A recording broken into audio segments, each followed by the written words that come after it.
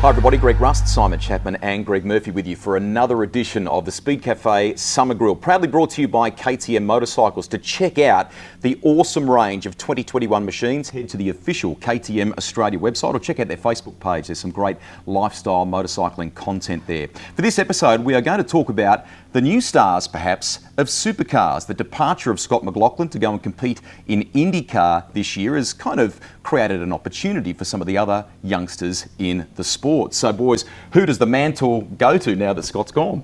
Well, I guess the first and most obvious pick is probably Anton De Pasquale, because he's, I guess, in some ways stepping into the shoes of Scott McLaughlin in terms of being inside the DJR fold. We spoke about Penske leaving the DJR fold back in the last year. But, you know, I still think DJR can be competitive, and I think Anton has shown glimpses of what he's capable of. He won a race last year, sort of midway through all that crazy COVID period, and he's clearly capable of winning.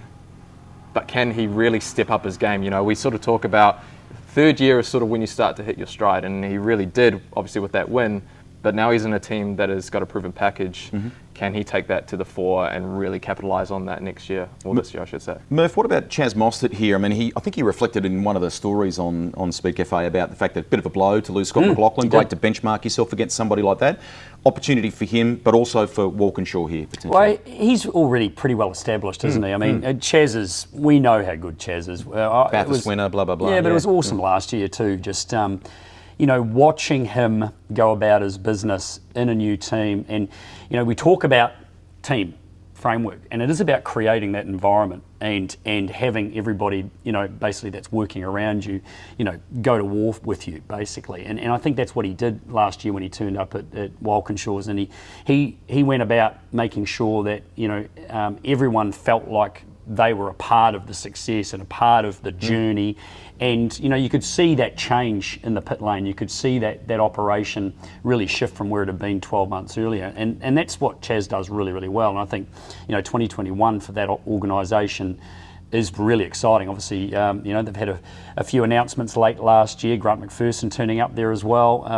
They're starting to build on what was a pretty good year last year for them. Obviously they want more, and I think they can. I think Chaz can do that.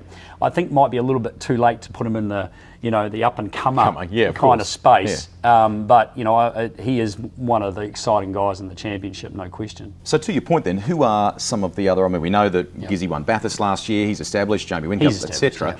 What about emerging though? Can a Will Brown be considered in the mix here? Well, it's only his first year, but, you know, a lot of guys are talking up his stocks. You know, the fact that Will Brown got signed more than a year in advance of coming to the championship is pretty crazy when you think about it. Like that's just unprecedented. So it'll be interesting to see how Will fares, being a new driver in the championship. You know, I guess we can't really expect too much too quickly. You know, Erebus, I suppose the last couple of years haven't sort of been up the front where they used to be. It'll be interesting to see what they can do in 2021.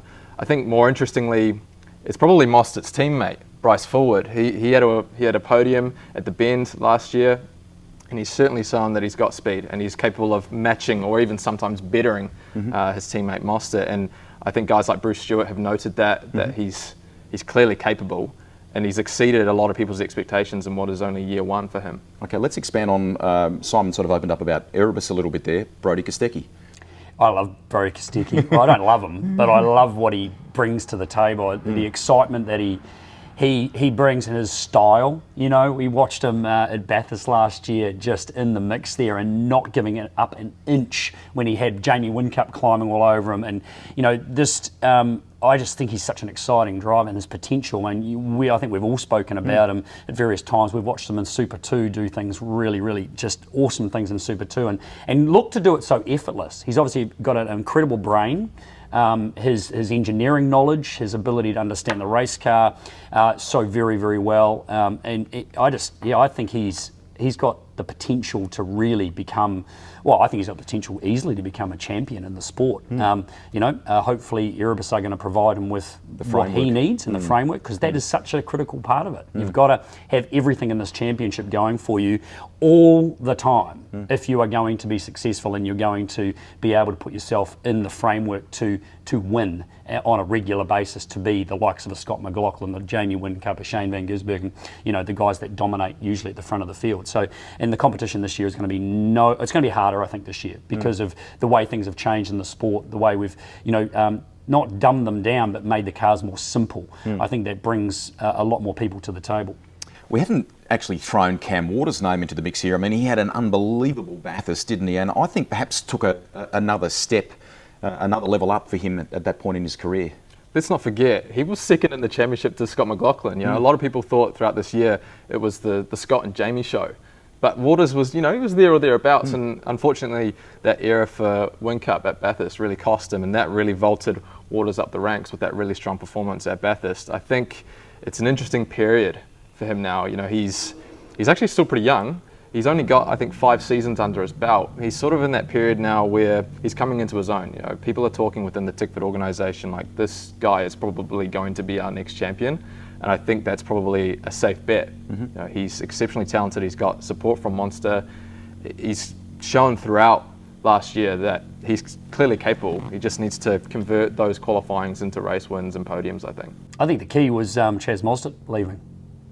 It's given him the opportunity to actually lead and find his space, because he was probably a little bit operating just under the shadow. Because Chaz, we know how bloody good he is, as I said earlier.